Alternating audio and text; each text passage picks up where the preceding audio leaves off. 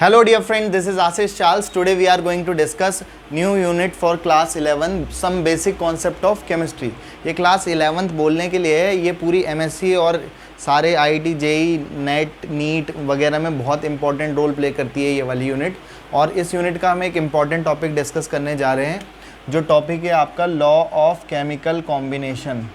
Law of chemical combination. तो इस chemical combination में क्या चीज़ चलती है उसे हम समझने की कोशिश करेंगे। आओ सीखें। So law of chemical combination में क्या है कि जब केमिकल कॉम्बिनेशन करते हैं तो किस तरीके से करते हैं, और इसका मतलब सिंपली केमिकल रिएक्शन से है।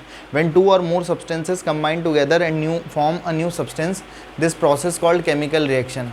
तो वो जो केमिकल रिएक्शन हुई है, कोई भी केमिकल चेंजेस हुए हैं, तो उस केमिकल चेंजेस में या केमिकल कॉम्बिनेशंस में कुछ नियम कायदे कानून के साथ कॉम्बिनेशंस चलते हैं। जो आपके केमिकल्स है वो कंबाइन करते हैं और नए केमिकल्स का फॉर्मेशन करते हैं। तो उन कुछ नियम कायदे कानून के बारे में पढ़ना है, लॉज ऑफ केमिकल कॉम्बिनेशंस। तो लॉ ऑफ केमिकल कॉम्बिनेशन में पहला लॉ जो हम डिस्कस करने जा रहे हैं वो है आपका लॉ ऑफ कंजर्वेशन ऑफ मास, या लॉ ऑफ मास कंजर्वेशन भी कहते हैं। लॉ ऑफ कंजर्वेशन ऑफ मास ये लॉ है। तो इस लॉ के अकॉर्डिंग क्या कॉन्सेप्ट है कि सबसे पहले तो आप समझो कि टू और मोर substances combines together and form a new substance, this process called chemical reaction.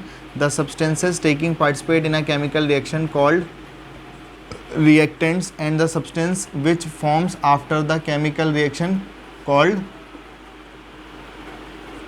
products। तो ये जो इनके बीच अंदर कुछ हुआ है जिसकी वजह से ये इसमें कन्वर्ट हो गए हैं, उस कन्वर्जन को ही या उस प्रोसेस को ही हम केमिकल रिएक्शन कह देते हैं या केमिकल चेंज कह देते हैं।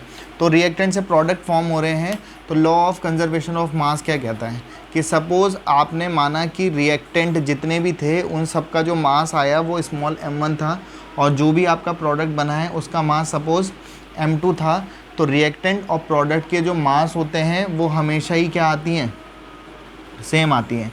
तो the mass of the reactant in a chemical reaction is equal to mass of the product. इसी लॉ को क्या कह देते हैं, law of conservation of mass कह देते हैं। तो इसी से रिलेटेड हम एक न्यूमेरिकल टाइप क्वेश्चन डिस्कस करते हैं इस टॉपिक पे, फिर हम आगे बढ़ते हैं। तो ये क्वेश्चन हमने यहाँ पे नोट कर लिया है। 1.5 gram of ethane on complete combustion give 4.4 gram of CO2 and 2.2 gram of H2O, show that the reaction obeys law of conservation of mass. अब एक एक करके समझने की कोशिश करते हैं। वो कह रहा है कि कोई ईथेन है, अभी तो आपको पता नहीं चलेगा, बस आपको फॉर्मूला दिया है, लेकिन CnH2n+2 से मुझे इतना समझ में आता है कि ये ईथेन है, एल्केन का जनरल फॉर्मूले को सेटिस्फाइड कर रहा है। ऑन कंप्लीट कंबशन, कंबशन मतलब होता है फूंक देना, गर्म कर देना। ऑक्सीजन की प्रेजेंस में कंबशन होता है, दहन करना होता है। तो जब किसी भी हाइड्रोकार्बन जिसमें कार्बन और हाइड्रोजन होते हैं उनको ऑक्सीजन के साथ रिएक्ट कराया जाता है तो CO2 और H2O बाहर निकलती है। आप आंख बंद करके इस रिएक्शन को कर सकते हो। फिलहाल आपको दिख रहे हैं कि कार्बन के कितने एटम्स हैं, 2, तो आप बैलेंस कर रहे हो। हाइड्रोजन के कितने हैं, 6, तो 6 करने के लिए यहाँ पर क्या कर लेना चाहिए, 3। ऑक्सीजन के यहाँ पे देखते हैं, बैलेंस करते हैं, 4 और 3 7, तो ऑक्सीजन के 7 करने हैं। यहाँ पर 7/2 करूँगा, 2 से 2 कैंसिल, तो 7 ऑक्सीजन हो जाएगी आपके पास। ये क्वेश्चन, ये जो इसने ये थियोरेटिकल वे में लिखा है, ये उसका केमिकल प्रेजेंटेशंस हैं, केमिकल इक्वेशन बन चुकी है। इसमें इसने बोला कि इसका 1.5 ग्राम ईथेन का मास है और कंप्लीट कंबशन कराने के बाद 4.4 ग्राम CO2 की बनती है, और H2O की कितनी ग्राम मिलती है, 2.2 ग्राम ऑफ H2O बनता है। तो आपके पास ये कितना मास होगा, ये तो ये बताना है, लेकिन उसने आपसे मास नहीं पूछा, और मास पूछा नहीं है, और साथ ही साथ आपको ये भी प्रूफ करना है, शो करना है कि ये लॉ ऑफ कंजर्वेशन ऑफ मास को सेटिस्फाइड करता है। तो आपको क्या करना चाहिए कि इनके मास, इसका मास कैलकुलेट करना पड़ेगा, जो भी आएगा उसको इसके मास से क्या कर लेंगे, कंबाइन कर लेंगे। तो इनका जो भी मास आएगा वो इन दोनों के मास के सम के इक्वल होना चाहिए। ये आपको प्रूफ करके दिखाना है। तो अगर मैं यहाँ पे देखूँ तो 4.4 और 2.2 को मैं ऐड कर दूँ तो प्रोडक्ट का जो मास आ रहा है वो आ रहा है आपके पास 6.6 ग्राम। 4.4 और 2.2 को ऐड करेंगे तो 6.6 ग्राम आपका ये टोटल मास आना चाहिए प्रोडक्ट का, तो रिएक्टेंट का भी इतना ही आना चाहिए। तो आपको फ़िलहाल पहले ये कैलकुलेट करना पड़ेगा। ये कैलकुलेट करने के लिए कैसे कैलकुलेट करते हैं उसे समझने की कोशिश करते हैं, आओ सीखें। तो सबसे पहले तो हम यहाँ पर ये देख सकते हैं कि इसका 1 मोल है, तो यहाँ पर से हम इसके पूरे मोल्स कैलकुलेट करने की कोशिश कर रहे हैं। तो वो मोल्स ऑफ C2H6 का फॉर्मूला होता है मास अपॉन मोलर मास। तो मोलर मास कैलकुलेट करोगे तो कार्बन का एटॉमिक मास होता है 12 × 2, कितना हो जाएगा 12 × 2 = 24। हाइड्रोजन का कितना होगा 1 × 6 जो कि आ जाएगा 6, जो कि मोलर मास जो आ रहा है वो आ रहा है इसका 30। तो इसे डिवाइड कर देंगे, डेसिमल हटा देंगे, 300, 15 × 2 = 1/20 ये बन जाएगा। और 1/20 मोल का मतलब आपके पास आ जाएगा ये 0.05 आ रहा होगा। डिवाइड कर लेंगे तो कितना आएगा 0, 1 0 और बढ़ाएंगे 25 जा, तो 0.05 मोल्स आ गए। अब आप क्वेश्चन में ये समझो कि इसके 1 मोल अवेलेबल हैं, तो ऑक्सीजन के कितने रिक्वायर्ड हैं 7/2 मोल्स रिक्वायर्ड हैं। तो अब उसके बेसिस पर आप कैसे कैलकुलेट करेंगे वो समझने की कोशिश करते हैं। 1 moles of C2H6 required 7/2 moles of O2, 7/2 moles of O2 required है। अब आपके पास ईथेन के कितने मोल्स अवेलेबल हैं 0.05। 1 मोल में इतने मोल्स लग रहे हैं, तो 2 मोल्स में कितने लगेंगे 2 से मल्टीप्लाई कर लेंगे। 10 मोल्स में 10 से, 50 में, लाख में, करोड़ में, कितने भी निकालने हो आपके पास कितने मोल्स अवेलेबल हैं 0.05। तो 0.05 से मैं दोनों तरफ मल्टीप्लाई कर रहा हूँ, तो 0.02 moles of C2H6 require 7/2 × 0.05 moles of oxygen. यहाँ पे से ऑक्सीजन के मोल्स कैलकुलेट होंगे इस रिएक्शन में कितनी रिक्वायरमेंट है, उसे सॉल्व करेंगे, डेसिमल हटाएंगे तो 2 0 बढ़ जाएंगे। बाकी आपको इसको प्रॉपरली सॉल्व करना पड़ेगा, सॉल्व करके देखेंगे कितना आता है। 5 2 = 10, 20 ये हो गया, 7/40 आ रहा है ये, तो 40 7/40, 40 से डिवाइड करेंगे, डेसिमल 0, 40 1 = 40, 0.1 समथिंग कुछ आएगा, उसे निकालने की कोशिश करते हैं। चलो आगे बढ़ते हैं, इसमें सॉल्व करते हैं। आगे सॉल्व करने के लिए अगर हम देखें तो 7 ऐसे ही लिख लेते हैं, 7/40 मोल्स ऑफ ऑक्सीजन के 7/40 मोल्स हैं। ये लॉ ऑफ कंजर्वेशन ऑफ मास था। मैं इसे डिवाइड रब करके मैं इधर सॉल्व कर लेते हैं, इसको आगे बढ़ जाएंगे, फिर यहाँ देख लेंगे। बेसिकली वो आए हैं मोल्स, और 7/40 मोल्स बराबर क्या होता है, ये मोल्स हैं। मोल का फॉर्मूला होता है मास अपॉन मोलर मास। आपको एक्चुअली में जो क्वेश्चन के लिए सॉल्व करना था वो मास ही चाहिए था, तो मोलर मास होता है इसका, ये आपको कैलकुलेट करना है मास ऑफ ऑक्सीजन, और मोलर मास आता है 32।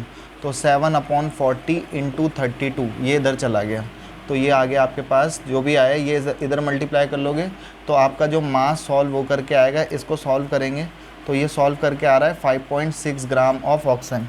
तो आपके पास क्वेश्चन में आपको क्या पता चला, इसके मास कितना है 5.6 ग्राम। तो आप पहले मोल्स के बेसिस पर मास कैलकुलेट कर पाए हो, मोल्स क्वेश्चन के अकॉर्डिंग। अगर आप ये रिएक्शन नहीं लिख पाते तो फिर आप कुछ नहीं कर पाते। तो फिलहाल अभी now mass of reactants solve करोगे, कितना आएगा रिएक्टेंट का मास 1.5 ग्राम था इसका, और ऑक्सीजन का कितना मास अवेलेबल है जो अभी आपने सॉल्व किया 5.6। ऐड कर लेंगे तो कितना आएगा ये 6 और 5 1, 7.1 ग्राम आ रहा है, 7.1 ग्राम आ रहा है। और उधर कितना आ रहा था आपके पास 6.6 ग्राम।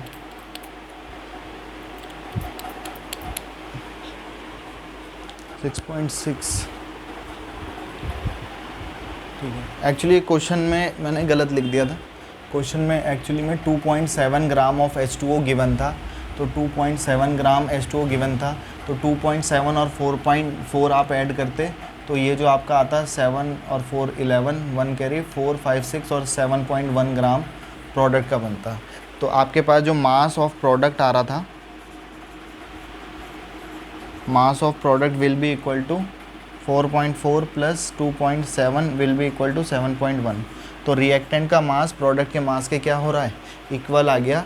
इससे आपने क्या कर लिया, ये किस बात को ओबे करता है, लॉ ऑफ कंजर्वेशन ऑफ मास को सेटिस्फाइड करता है। तो वो क्वेश्चन में गलती थी, मतलब मैंने ही गलती ऐसे लिख दिया था 2.2, 2.7 गिवन था क्वेश्चन में, एनसीईआरटी का क्वेश्चन है। तो आप पॉज करके स्क्रीनशॉट ले लें, फिर मैं आगे नेक्स्ट वाले लॉ में आगे बढ़ जाता हूँ। नेक्स्ट लॉ पे बात करते हैं, लॉ ऑफ डेफिनेट प्रोपोर्शन। तो लॉ ऑफ डेफिनेट प्रोपोर्शन क्या होता है कि जब आपके पास दो एलिमेंट मिल करके या दो से ज़्यादा एलिमेंट मिल करके कंपाउंड बनाते हैं और एक जैसा कंपाउंड बनाते हैं, एक ही कंपाउंड बनाते हैं बेसिकली। जैसे सपोज़ H2O और सपोज़ H2O। ये जो H2O है वो आपने फॉर्म किया है, या ऐसे समझो ये सी वाटर है। वाटर एनालिसिस करवाया था मैंने एक बार प्रैक्टिकल, तो हमने वहाँ 3 सैंपल लिए थे, उसी से रिलेटेड बता रहा हूँ। तो वाटर का जो सैंपल आपने लिया है वो लिया है सी वाटर से। चाहे आप उसे आरओ का वाटर ले लो या आप उसे घर के नॉर्मल टैप वाटर से टैप वाटर ले लो। तो ये आपके पास अलग अलग सोर्सेज से मिलने वाले H2O हैं, लेकिन इनके जो मास का रेशियो आएगा, इसका एटॉमिक मास होता है 1/2, 2 रेशियो कितना आएगा 16, यानी कि 1:8। इसका भी कितना आएगा 2:16, 1:8, 2:16, 1:8। आपके पास कोई भी मॉलिक्यूल है, चाहे वो किसी भी प्रोसेस से बना हो, किसी भी सोर्स से हमारे पास आया हो, और वो सेम मॉलिक्यूल अगर होंगे तो उनके जो मासेस का रेशियो आता है वो कांस्टेंट कंपोजिशन में आता है या डेफिनेट प्रोपोर्शन में आता है। ऑब्वियसली बात है, जब फॉर्मूले सेम है तो ये सारी चीज़ें तो होंगी ही। तो आप इसे किसी भी सोर्स से ऑब्टेन करो, चाहे सी वाटर से, आरओ वाटर से, टैप वाटर से, या किसी भी वाटर से, मतलब सोर्स कुछ भी हो, उससे फ़र्क नहीं पड़ता। बट बेसिकली आपके पास जो भी मॉलिक्यूल ऑब्टेन हुआ है उनके मासेस का जो रेशियो आता है वो डेफिनेट चलता है या कांस्टेंट चलता है। इसी को लॉ ऑफ डेफिनेट प्रोपोर्शन और लॉ ऑफ कांस्टेंट कंपोजिशन कहते हैं। इसी पे बेस्ड हम एक न्यूमेरिकल क्वेश्चन देखेंगे। आओ इस क्वेश्चन को सीखते हैं। इस क्वेश्चन में देखते हैं, इसने कहा 0.243 ग्राम मैग्नीशियम है जो बर्न हो रहा है ऑक्सीजन के साथ, और इतना ग्राम मैग्नीशियम ऑक्साइड बनाता है। मतलब मैग्नीशियम ने ऑक्सीजन से रिएक्ट करी होगी और मैग्नीशियम ऑक्साइड बनाया होगा। पहला एक्सपेरिमेंट किया पहले क्वेश्चन में। दूसरे वाले उसी के पार्ट में क्या कह रहा है वो, 0.8182 gram of magnesium combine with oxygen या कंबशन विद ऑक्सीजन। कंबशन मतलब ऑक्सीजन के प्रेजेंस में ही कंबशन होता है। और फिर से क्या बना रहा है, मैग्नीशियम ऑक्साइड। अब मैग्नीशियम ऑक्साइड जो बन रहा है वो दो अलग अलग प्रोसीजर या दो अलग अलग सोर्सेज या दो अलग अलग रिएक्शन से हो रहा है, जहाँ पर आपने इसकी कितनी अमाउंट ली है 0.43 ग्राम और इसकी कितनी अमाउंट ली है 0.403 ग्राम बना है आपके पास। इस क्वेश्चन में 0.182 ग्राम लिया है, तो बन कितना रहा है 0.302 ग्राम। बन तो एक ही कंपाउंड रहा है, ये अलग मेथड से बन रहा है और ये अलग मेथड से बन रहा है, अमाउंट भी अलग अलग आ रही है। अच्छा, हम सबसे पहले इसमें क्या करेंगे कि मैग्नीशियम, ये आपको पता है कि लॉ ऑफ कंजर्वेशन ऑफ मास तो हर रिएक्शन में लगता है, तो उस बेसिस पर आप इसका मास कैलकुलेट कर सकते हो। टोटल मास में से इस वाले मैग्नीशियम के मास को माइनस कर लो तो इसका मास आ जाएगा, जो कि सॉल्व कर लेना लॉ ऑफ कंजर्वेशन ऑफ मास लगा करके 0.162 आ रहा है, 160 आ रहा है, और 0.120 इसका मास आने वाला है। सॉल्व करके देख लेना, इससे इसको माइनस कर लेना, इससे इसको माइनस कर लेना, ये मास आ रहा होगा। अब आपके पास क्वेश्चन में ये है कि आप जो भी कंपाउंड बनाते हो, चाहे आप किसी भी मेथड से बनाते हो, तो इनमें जो एलिमेंट्स आपके प्रेजेंट होते हैं उनके मास का रेशियो डेफिनेट आता है या फिक्स आता है, वो ही सीखते हैं। तो मैग्नीशियम रेशियो ऑक्सीजन का मास का रेशियो देख रहे हैं, ये है 0.243 डिवाइडेड बाय या इस टू डिवाइडेड बाय 0.160। सॉल्व करके देखेंगे अभी। एक्सपेरिमेंट नंबर 2 से इसका रेशियो देख रहे हैं सेकंड वाले से, तो 0.182 डिवाइडेड बाय 0.120। तो सॉल्व करके देख लेना आप, इसका भी रेशियो 1.51 के अराउंड आ रहा है और इसका भी आंसर 1.51 के अराउंड आता है। तो अब आपको पता चला होगा कि ये दो एलिमेंट मिलकर के कोई भी एक जैसा टाइप का कंपाउंड बना रहे थे, लेकिन ये जो कंपाउंड इन्होंने बनाया है, इनके मास का जो रेशियो है, इनके मासेस ये हैं, इनके मास का जो रेशियो आता है वो डेफिनेट आता है या कांस्टेंट आता है या फिक्स आता है। इसी को लॉ ऑफ डेफिनेट प्रोपोर्शन या लॉ ऑफ कांस्टेंट कंपोजिशन कहते हैं। तो ये सेकंड लॉ पे हमने बता दिया। पॉज करके स्क्रीनशॉट ले लें, फिर हम आगे अब हम लॉ ऑफ केमिकल कॉम्बिनेशन वाले टॉपिक में थर्ड वाला लॉ पढ़ने वाले हैं, लॉ ऑफ मल्टीपल प्रोपोर्शन। बहुत इंटरेस्टिंग है। सबसे पहली बात तो पहचानने का तरीका, इसमें दो एलिमेंट्स आपके पास अवेलेबल होने चाहिए और वो दो एलिमेंट आपस में मिल कर के बहुत सारे अलग अलग टाइप के कंपाउंड बना सकते हैं। वो कुछ भी कंपाउंड बनाते हों, उनके मास का रेशियो फिक्स आता है, इसी को लॉ ऑफ या फिक्स आता है या सिंपल होल नंबर रेशियो में आता है। शायद स्टेटमेंट ऐसे समझ नहीं आ रहा होगा। अब हम समझ लेते हैं। सपोज मैंने दो एलिमेंट ले लिए, कार्बन और ऑक्सीजन, और कार्बन और ऑक्सीजन दो एलिमेंट आपस में मिलकर के दो टाइप के कंपाउंड बनाते हैं, सपोज CO एंड CO2। तो CO और CO2 जो आता है, दो कंपाउंड बन गए, तो इसका मास हमें पता है कितना होता है, 12। ये तो हम जब तक कुछ नहीं दिया तो हम एटॉमिक मास से काम चलाएंगे, क्वेश्चन के अकॉर्डिंग जो मासेस दिए होंगे उससे काम चलाएंगे। इसका जो मास होता है वो हमें पता है 16 होता है। तो हम इसका रेशियो देखेंगे तो वो कितना आएगा रेशियो, इसे और शॉर्ट करा जा सकता है, 4 3 जा 12, 4 4 जा 16, 3:4। और ये जो दूसरा कंपाउंड बना है इसमें इसका मास कितना है, 12, और इसका मास देखेंगे तो 16 2 जा 32 इसका मास है। तो हम इसका रेशियो देखेंगे तो ये किससे कट जाएगा, 4 4 3 जा 12, 4 8 जा 32, 3:8 इसका रेशियो आया है। तो आपके पास अब हम क्या करेंगे कि इसका रेशियो इस वालों के साथ करके देखेंगे। तो आपके पास, या फिर इसको तो देखो, ये वाला मास तो फिक्स है, नहीं होगा तो हम उसको फिक्स बनाएंगे। अभी हम आगे के क्वेश्चंस में एग्जांपल्स में देखेंगे। तो इसके मास तो फिक्स हैं, तो हम वो तो फिक्स है, वो तो 1 ही आएगा। तो हम 4:8 कर लेंगे जो फिक्स वाला नहीं है, जो किस टाइप के टर्म्स में आ रहा है, 1:2 रेशियो में आ रहा है, जो कि मल्टीपल प्रोपोर्शन में है, या फिर सिंपल होल नंबर रेशियो में आ रहा है। फ्रैक्शन में नहीं आ रहा, सिंपल होल नंबर रेशियो में आना चाहिए। तो या फिर आप ऐसे भी कर सकते थे, 3:4 डिवाइडेड बाय 3:8, जो कि सॉल्व करोगे तो 3 × 8 और इंटू 4 × 3, 4 2 जा 8, 3 से 3 कैंसिल, तो भी कितना आएगा, 2:1, या 1:2 बोलो या 2:1, क्योंकि आपने इससे इसको डिवाइड किया है। आप इससे इसको डिवाइड करते तो 1:2 भी आ जाता, उससे कोई फ़र्क नहीं पड़ता रेशियो लिखते समय। तो बेसिकली ये जो रेशियोज़ आ रहे हैं ये मल्टीपल प्रोपोर्शन में आ रहे हैं। एक एग्जांपल और समझने की कोशिश कर लेते हैं। फिर से पहचानने का तरीका ये है कि इसमें दो एलिमेंट मिलकर के बहुत सारे कंपाउंड या दो से ज़्यादा कंपाउंड बना सकते हैं। सपोज़ H और O दो एलिमेंट लिए, इन दो एलिमेंट ने आपस में मिलकर के दो टाइप के कंपाउंड बनाए, H2O और सपोज़ H2O2। ये आप जानते हो, ज़िंदगी है, जल ही जीवन। और ये H2O2 हाइड्रोजन पेरोक्साइड है। तो इसके मास का रेशियो, हाइड्रोजन का एटॉमिक मास 1 × 2 2, और इसका मास होता है ये, तो इसका जो रेशियो आएगा 1:8 आ रहा है।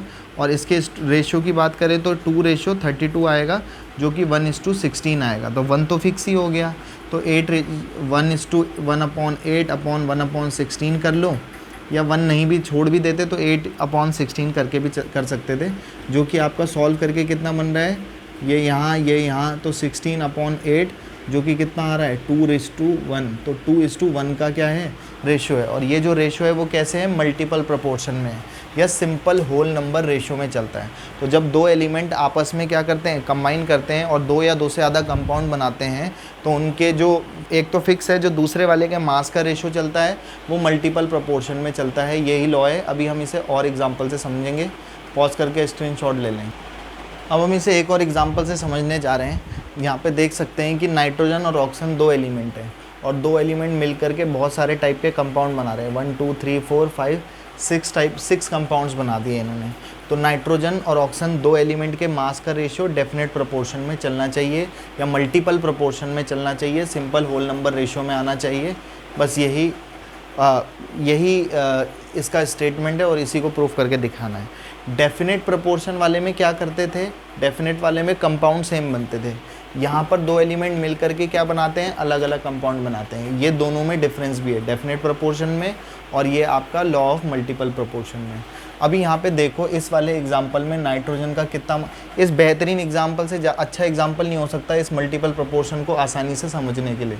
तो नाइट्रोजन का एटॉमिक मास होता है 14 14 2 जा 28 का कंट्रीब्यूशन कर रहा है इस कंपाउंड में। इस कंपाउंड में 14 का कर रहा है, इसमें नाइट्रोजन के दो हैं तो 14 2 जा 28 का कंट्रीब्यूशन कर रहा है, 28 का, 14 का, 28 का। और ऑक्सीजन का बोलूँ तो यहाँ पे एक ही ऑक्सीजन है तो 16, यहाँ पर बात करें तो 32, यहाँ पर 16 3 जा 48, 16 2 जा 32 और 16 5 जा 80, इसका ये हो रहा है। अभी यहाँ पे देखो कि ये भी मासेस अलग अलग आ रहे हैं और ये मासेस भी अलग अलग आ रहे हैं। तो आप क्या करते हो, मल्टीपल प्रोपोर्शन में किसी एक एलिमेंट के मास को फिक्स कर लेंगे, चाहे नाइट्रोजन का कर लो चाहे ऑक्सीजन का कर लो, आप किसी का भी कर सकते हो, उसमें कोई दिक्कत नहीं है। तो मैं चाह रहा हूँ कि इनको फिक्स कर लूँ, या तो मैं इन 14 वालों को 28 बना दूँ और या फिर मैं इस 28 को 14 बना दूँ, लेकिन बनाऊँगा इसको तो 1 2 3 4, इससे अच्छा है कि मैं 14 दो ही हैं तो उसी को कन्वर्ट कर लूँ। ये हमारे लिए मतलब ये थोड़ा सा कॉमन सेंस की बात है। अब पहले वाले एग्जाम्पल में मैंने इसका मास 28 ही रखा है, इसमें मैंने इसका मास 28 कर दिया। 28 क्यों किया, ताकि मैं इसके मासेस को फिक्स कर लूँ। तो अगर मैंने इसको 28 किया है, यहाँ पे ये तो कुछ नहीं छेड़ा हमने, ऑक्सीजन का मास तो वही है, ये तो वही लिखा हुआ है। अब मैंने जब नाइट्रोजन का डबल किया है तो ऑक्सीजन का भी डबल करना पड़ेगा इनके बैलेंसिंग बनाने के लिए। तो ये 28 हुआ है तो ये भी कितना हो जाएगा फिर उसके रिस्पेक्ट में 32 हो जाएगा। ये 28 ऐसे छेड़ना ही नहीं है तो ये 32 वैसे का वैसे ही चल रहा है। ये फिर आपका 28 ही चल रहा है और ये 48 ही चल रहा है, इसको हमने छेड़ा ही नहीं है। और इसको अगर हम 28 बना देते हैं तो मुझे इसे 2 से मल्टीप्लाई किया है तो इस वाले मास को भी 2 से मल्टीप्लाई करना पड़ेगा, जो कि आपको 64 रिज़ल्ट देगा। और ये तो पहले से ही 28 है और ये आपका 80 चल रहा है। तो मैंने इसके मासेस को क्या कर लिया, फिक्स कर लिया है। तो ये आप समझ पा रहे होंगे। ठीक है, ठीक है। अब यहाँ पे देख लेते हैं, इनके मास तो फिक्स हैं, इनके मासेस तो फिक्स चल रहे हैं। तो जो फिक्स वाले मास वाले नहीं है उनके मासेस का रेशियो देखो। फिक्स वाले वो तो 1 ही बना देंगे कट वट के।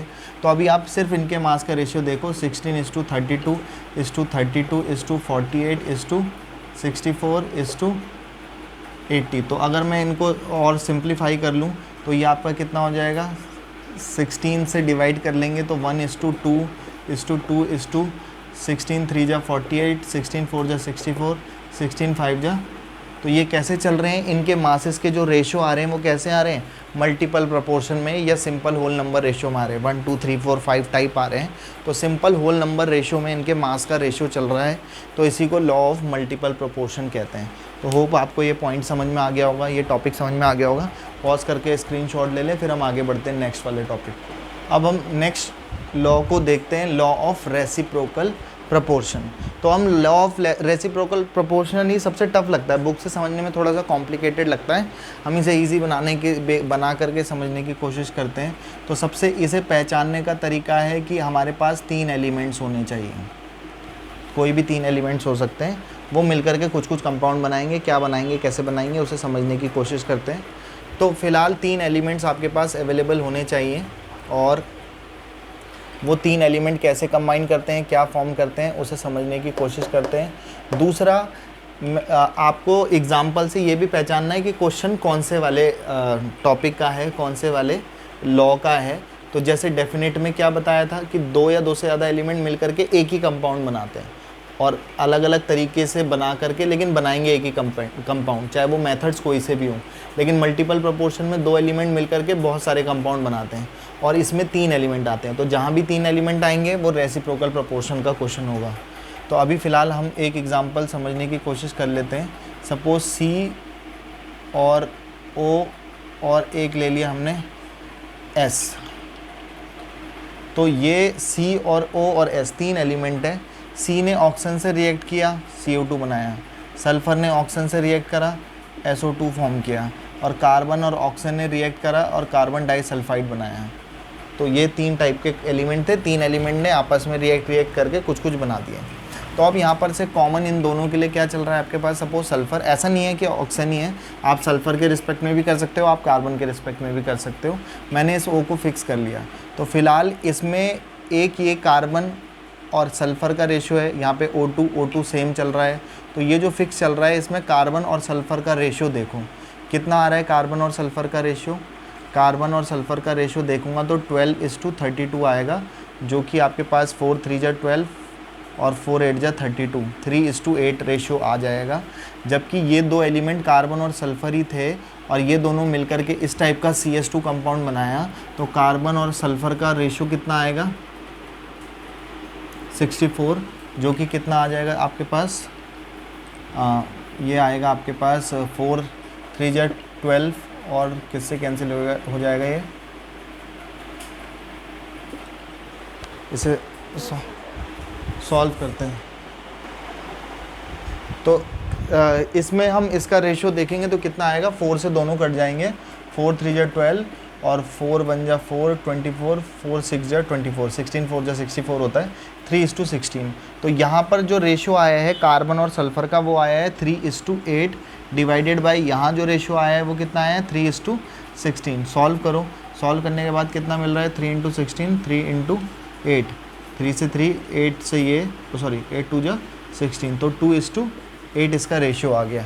तो आपके पास ये जो रेशियो आना चाहिए वो एक सिंपल होल नंबर रेशियो आना चाहिए, यही लॉ ऑफ रेसिप्रोकल प्रोपोर्शन कहता है। तो बस यही कॉन्सेप्ट है, आपके पास कोई भी 3 एलिमेंट होने चाहिए मिल करके कुछ कुछ बना लें, वो तो मिल करके जो भी कंपाउंड का फॉर्मेशन करेंगे। तो उसमें जो आपके पास जैसे इन दोनों में आपके पास ऑक्सीजन का मास फिक्स थे 32 वाले, तो इसको छोड़ करके इनका मास देखा और यहाँ पर भी इन दोनों के एलिमेंट का मास था, तो उन्होंने मिलकर के 3 एलिमेंट्स होने चाहिए, यही इस रेसिप्रोकल प्रोपोर्शन का कॉन्सेप्ट चलता है। तो होप आपको ये बात समझ में आ गई होगी। अब हम आगे बढ़ते हैं, पॉज करके screenshot. Next law, 5th law पे हम बात कर लेते हैं, गैलुसेक लॉ। तो गैलुसेक लॉ आपको क्या बताता है, इसे हम एक क्वेश्चन से समझेंगे, पर क्वेश्चन से समझेंगे और वहीं पे इस चीज़ों को क्लियर कर देंगे कि एक्चुअली ये लॉ क्या बताता है। तो फिलहाल इस क्वेश्चन को करते हैं। व्हेन 100 ml ऑफ CH4, ये कितना है हमें उससे अभी मतलब नहीं है, हमारे पास वो बोल रहा है कि मीथेन है CH4 जो बर्न किया जा रहा है और CO2 और H2O बना रहा है। तो जब बर्निंग कंबशन इस तरीके की बात आती है और कोई भी हाइड्रोकार्बन होता है, तो जब आप ऑक्सीजन की प्रेजेंस में उसे बर्न करते हो, कंबस्ट करते हो, तो CO2 और H2O बनता है, हम ये बात अच्छे से जानते हैं। तो आपके पास क्वेश्चन में बोला भी है क्या क्या करना है। तो वो ये कहता है कि इनके रिस्पेक्ट में, और ये केवल गैस पे लगता है, ये जो लॉ है वो गैसियस मॉलिक्यूल पर लगता है। ये रिएक्शन दे रही थी उसने क्वेश्चन में, मैंने लिखी नहीं थी, नहीं भी दी होती तो आप खुद से लिख सकते थे। क्वेश्चन क्या कह रहा है कि आपके पास इसके 100 ml अवेलेबल है। अच्छा पहले बैलेंस देख लेते हैं। कार्बन के यहाँ पे 1 है, कार्बन के 1 है, हाइड्रोजन के कितने हैं 4, और यहाँ पे हाइड्रोजन के कितने हैं 2। तो हाइड्रोजन के 4 को बैलेंस करने के लिए इसे 2 कर लिया। अब जैसे ही मैं इसे ये करूँगा तो ऑक्सीजन के कितने हो जाएंगे 2 3 4। तो ऑक्सीजन के टोटल 4 हैं, जो कि अब ऑक्सीजन के 4 हो जाएंगे, 2 2 जा 4। तो ऑक्सीजन, कार्बन और हाइड्रोजन सभी को बैलेंस कर चुके हैं, ये बैलेंसिंग का पार्ट है। तो इसके 100 ml अवेलेबल हैं। तो find the volume of oxygen, ये कितना अवेलेबल चाहिए आपको कि आपका और कितने ये फॉर्म होंगे, CO2 फॉर्म होंगे, ये आपका क्वेश्चन है। तो गैलुसेक लॉ पहली बात तो गैस के लिए लगता है। दूसरा, जब ये रिएक्शन आपस में कंबाइन करती हैं और प्रोडक्ट फॉर्मेशन करते हैं, इन्हीं लॉज को पढ़ रहे हैं। इन लॉज में जब भी कोई केमिकल रिएक्शन होगी तो इसके जो वॉल्यूम होते हैं वो इनके स्टोइकियोमेट्रिक रेशियोज़ पर डिपेंड करते हैं। तो ये एक्चुअली में ये वॉल्यूम को ही प्रेजेंट करते हैं, जो ये 1 और 2 और ये 1 और ये 2 लिखा है, तो ये इनके वॉल्यूम को प्रेजेंट कर रहे हैं। तो अब आपको कितने वॉल्यूम रिक्वायर्ड हैं, कितने ये चाहिए, कितने ये बनने चाहिए, उनको इनके जो वॉल्यूम आएंगे वही इनके वॉल्यूम्स वगैरह भी आते हैं। तो उसी के रिस्पेक्ट में हम इनको सॉल्व करने की कोशिश करते हैं। तो सपोज़ पहले तो आप ये बताओ 1 मोल ऑफ CH4 के लिए कितने ऑक्सीजन अवेलेबल हैं, कितनी चाहिए आपको 2 मोल्स ऑफ ऑक्सीजन रिक्वायर्ड है। 1 मोल के लिए कितने मोल रिक्वायर्ड हैं। अब एक बात बताओ कि मीथेन के कितने ml, कितना वॉल्यूम दिया है आपको 100 ml। तो 100 ml चाहिए तो इसके 1 चाहिए, तो इसके 2 चाहिए, इसके 3 चाहिए तो 3 2 जा 6। इसके अगर 50 होंगे तो 50 के दुगने इसके लिए लगेंगे, तो 50 दूना 100 इसके लगेंगे। अभी क्वेश्चन के अकॉर्डिंग आपके पास इसका 100 वॉल्यूम आपके पास अवेलेबल है। तो ऑक्सीजन के कितने रिक्वायर्ड होंगे आपके पास, क्वेश्चन में जो क्वेश्चन था वो आपके कितने लगेंगे 200 ml। तो इसका 1 के रिस्पेक्ट में ये 2 मोल्स फॉर्म कर रहा है या 2 मोल्स रिक्वायर्ड है। ये सब कुछ गैलुसेक लॉ के अकॉर्डिंग होता है कि कितनी वॉल्यूम रिक्वायर्ड है, वो इसके स्टोइकियोमेट्री पे डिपेंड करता है। तो आपका एक क्वेश्चन का आंसर तो ये हो गया कि इसके 200 ml लगेंगे। यही क्वेश्चन पूछ रहा था find the volume of oxygen required, तो आंसर इज़ 200 ml, क्योंकि इसके 1 के लिए इसके 2 रिक्वायर्ड है, तो इसके 100 के लिए इसके 200 ml रिक्वायर्ड होंगे। नेक्स्ट आगे बढ़ जाते हैं। फिर उसने बोला कि कितने CO2 प्रोड्यूस होगी, यहाँ पे ये कितनी बनेगी। अच्छा, इसका 1 मोल अवेलेबल है तो इसके कितने चाहिए, 1 ही प्रोड्यूस होंगे। इसका 1 मोल इसके 1 मोल प्रोड्यूस करता है, इसके 2 मोल्स इसके 2 करेंगे, इसके 3 मोल्स इसके 3 करेंगे। या मैं लिख के दिखा दूँ, 1 mole of CH4 will produce 1 mole of CO2। तो 2 मोल्स के लिए 2, 50, 60, 1 लाख करोड़, कितने के लिए भी पूछ ले। अभी आपके पास रिक्वायरमेंट जो है या जो गिवन है आपके पास, वो 100 ml का वॉल्यूम गिवन है CH4 के लिए। तो इसके कितने बन जाएंगे, कितने प्रोड्यूस होंगे, 1 के लिए 1 है तो 2 के लिए 2 है, 3 के लिए 3 है, 50 के लिए 50 है, तो 100 के लिए 100 ml ही प्रोड्यूस होंगे। तो according to question answer is 100 ml। तो इसका आंसर भी कितना आ जाएगा। तो ये जो सारी कैलकुलेशन आप कर पा रहे हो, ये सारी बातें जो स्टोइकोमेट्रिक रेशियो की कर पा रहे हो इस क्वेश्चन को, वो गैलुसेक लॉ बताता है। तो आप 5 लॉज पे बात कर चुके हो और बहुत इंपॉर्टेंट लॉज हैं जिन पे बहुत सारे टाइप के क्वेश्चन आते हैं और स्टूडेंट अटक जाते हैं। तो पहले तो पॉज करके स्क्रीनशॉट ले लें इसे और फिर हम आगे बढ़ रहे हैं। नेक्स्ट लास्ट एक लॉ और बच गया है। वैसे तो वो हम गैसेस स्टेट में भी मैंने उस लॉ को डिराइव करके भी बताया है, जो गैसेस स्टेट वाली यूनिट मैंने एक वीडियो बनाई है, पर फिर भी मैं यहाँ उसको थोड़ा सा मेंशन कर देता हूँ, थोड़ा सा समझा देता हूँ। एवोगैड्रोस लॉ 6th लॉ है केमिकल कॉम्बिनेशन का, तो उसको मैं बस समझा देता हूँ। बाकी मैंने उसे डिराइव करके दिखा है, मैं लिंक डिस्क्रिप्शन में डाल दूँगा अगर इसको डेरिवेशन भी देखना है तो। वो कह रहा है कि माना सपोज़ आपके पास 2 गैसेस अवेलेबल हैं, suppose A gas and B gas, और इस A गैस का temperature T1, pressure P1, volume V1 and number of moles N1 है सपोज़। और इस B गैस जो गैस दूसरे कंटेनर में रखी है, इसका टेम्परेचर T2, प्रेशर T2 और वॉल्यूम V2 है और नंबर ऑफ मोल्स N2 है। और अगर ऐसा हो कि 2 गैस, जो भी 2 अलग अलग गैसेस हैं, वो सेम भी हो सकती हैं, अलग अलग भी हो सकती हैं, और अगर इफ़ T1 T2 मतलब दोनों गैसेस के टेम्परेचर सेम हो, प्रेशर सेम हो और वॉल्यूम भी अगर सेम हो, तो N1 N2 भी सेम ही होंगे। अगर ऐसा होगा तो ऐसा होगा, मतलब ये तो ऑब्वियस सी बात है कि भाई 2 कंटेनर हैं और 2, माना सपोज़ इसमें भी CO2 है, इसमें भी CO2 है, और इसके टेम्परेचर सेम है 25 डिग्री, सपोज़ वॉल्यूम भी सेम है 1 लीटर 1 लीटर, और इसका प्रेशर भी सेम है, तो इनके नंबर ऑफ़ मोल ऑब्वियस सी बात है कि सेम ही होंगे। नंबर ऑफ़ मॉलिक्यूल्स या नंबर ऑफ़ मोल्स भी क्या होंगे, सेम ही होंगे। लेकिन अगर आपके पास 2 अलग अलग गैसेस हुई, तो माना सपोज़ ये CO2 और ये कोई दूसरी गैस है CO कार्बन मोनोऑक्साइड, या सपोज़ क्लोरीन गैस है, कोई अलग अलग गैसेस हैं और इन दोनों के टेम्परेचर, प्रेशर और वॉल्यूम सेम हो, तो भी इनके नंबर ऑफ़ मोल्स सेम होते हैं। इसी को एवोगाड्रोस हाइपोथेसिस और एवोगाड्रोस लॉ कहते हैं। तो होप आपको ये 6 लॉ समझ में आए होंगे। ये जो लास्ट वाला जो लॉ है, मैं एक लिंक डिस्क्रिप्शन में डाल दूंगा, उस वीडियो को देख सकते हो आप, उसमें इसका डेरिवेशन भी आपको मिल जाएगा कि इसको डिराइव कैसे करते हैं। गैसेस स्टेट वाले चैप्टर में भी आता है 11th में। तो मैं आपको इस 6 लॉस को डिफ़ाइन कर चुका हूँ, सभी को एग्जांपल्स के साथ, क्वेश्चंस के साथ कर चुके हैं। बाकी फ़िलहाल जी लो अपनी ज़िंदगी, नेक्स्ट वीडियो में पिएंगे आप लोगों का खून। Have a good day, good bye, good night, शुभ रात्रि, शब बखैर। स्क्रीनशॉट ले लें।